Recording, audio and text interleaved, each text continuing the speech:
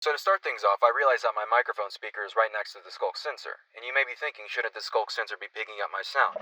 Well, we have to remember that the Sculk sensor picks up vibrations and not necessarily all types of noise at this point in time. But I'd like to welcome you, and today I wanted to talk a bit about the Warden and the Sculk blocks and how they might possibly work, as we do not know very much about them apart from the Sculk sensor. And like myself and many others, we're all very curious about these new additions to the game. And as many people have noted, the Warden and Sculk blocks feel so original and thought out, as do many of the features in the Caves and Cliffs update. And one of these new additions to the game is the Warden, and I don't think I've ever been as excited and intrigued about a mob as I am about the Warden, as are many of you. And while we're all excited about the Warden and Sculk blocks, I'm glad that the Mojang team are taking their time to work on these features and design them. So let's start things off with the Sculk blocks. I wonder if the Warden will use these to its advantage just like it uses the Sculk sensor to find out your whereabouts. And I'm not entirely sure if there are official names for these blocks, but for the purposes of this video, I'll be giving them names that could be similar to the actual blocks. So of course we have the Sculk sensor, and I'll be calling the other blocks the Sculk growth, Sculk block, Sculk jaw, and Sculk stone. So the first block we will be looking at will be the Sculk jaw, and I actually haven't heard many people talking about the Sculk jaw. I think the reason for this is because it blends in quite well next to the other Sculk blocks, therefore possibly going unnoticed. I wonder if this could be intentional, as the Sculk jaw might be a bit of a trap block, just like powder snow. It almost appears like you could even fall into the Sculk jaw if you weren't paying attention. And I actually have seen a few people talking about how the Sculk jaw might actually be some sort of trap block, as we can see with this creeper here. But not to worry, we'll go ahead and take him out of the Sculk jaw. I also noticed that the Sculk jaw is somewhat reminiscent of the Warden's chest. I wonder if the glowing faces in the Warden's chest are mobs that have fallen into the Sculk jaw.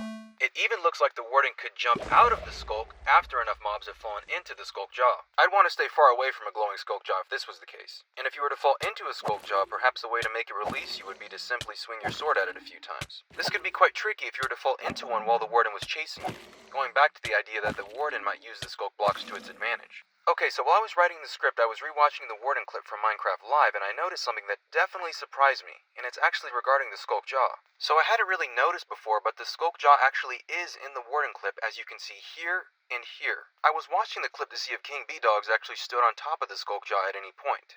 It looks like right here the Sculk jaw is right behind them, and I actually couldn't quite tell if King B-Dogs was right on it or not. But I was a bit disappointed when I realized that it might not function how I thought it would, and this right here would be proving it, as the proof is right here in the Caves and Cliffs video.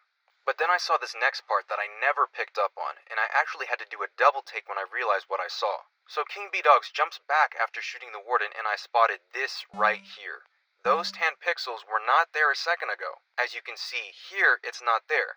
And then suddenly here, it appears. As soon as King B-Dogs was getting closer and closer, it appears that the Sculk jaw is showing its teeth because it's detecting the player. While this is just a possibility of being true, noticing those tan pixels has made me even more confident in this idea. Okay, so next up the Sculk stone. In my opinion, this is a very important looking block, as it seems to be some sort of source block for all of the other Sculk blocks. It also looks like endstone underneath the Sculk, and I've heard quite a few people talking about this idea as well. And the Sculk blocks being very end-styled in design and possibly having something to do with the end is very cool.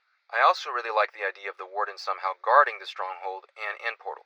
But other than the Sculk stone being some sort of source block, I actually couldn't think of very much else it could do. But while writing the script for this video, I had a bit of an interesting idea. Imagine if the Warden could send signals to the Sculk stone while it was chasing you, and the Warden would only send signals to the Sculk stone when you were making contact with the Sculk blocks or Sculk growths. Or the Warden would send signals to the Sculk stone when you were about to make contact with the Sculk blocks or Sculk growths. And once the Sculk stone received the signal from the Warden, suddenly the Sculk would become much more difficult to walk on, almost like walking through sludge, making you slower and giving the Warden the advantage once again because of the Sculk blocks. This also gives the Sculk block and Sculk growth a unique functionality. I've never said the word Sculk so much in my life!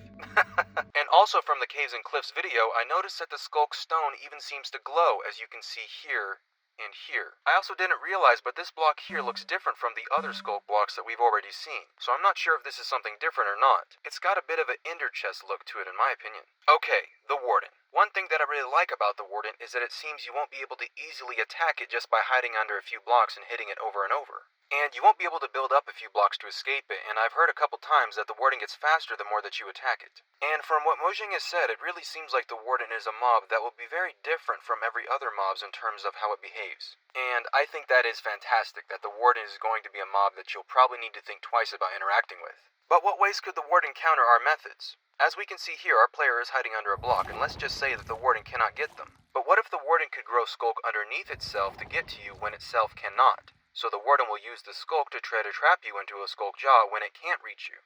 I also like the idea of the Warden having some sort of ranged attack to counter the players that build up a few blocks. Perhaps the Warden could shoot a Sculk projectile at the player, making them fall off. There have also been a few ideas that the Warden might be able to break blocks to get to you, but we wouldn't want the Warden to somehow grieve something that we spent time building. But as I mentioned, I do think that Mojang will find the right balance. The Warden should be a true challenge that is fun, and it takes strategic thinking whenever you are around it. I think that we are all expecting something like this as well. Mojang has also mentioned that the Warden is more of a mob that is meant to be avoided rather than attacked. Also, with as fast as the Warden is, I wonder if it will be able to swim, since there are now large local lakes in the caves. Because if it just kind of floats towards you slowly when in the water, unless it has a ranged attack, we could just shoot it with a bow. Same thing if we can slow it down with a bucket of water. But if a player uses a bucket of water to try slowing the Warden, I think the Warden being able to quickly run through the water source as if it's not being affected by it would be very cool. But if the Warden could swim, imagine that not only could it find you in the caves, but also in the cave lakes. This would make both caves and cave lakes places that the Warden could roam. And this would also make cave lakes where the Warden is a lot less safe.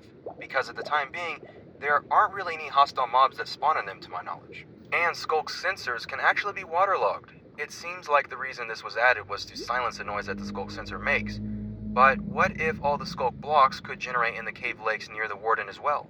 I also tried placing lava around the Skulk sensors in a creative world, and at this time none of them caught on fire. And the Warden and Skulk seem to be made out of the same thing, so it might be immune to lava.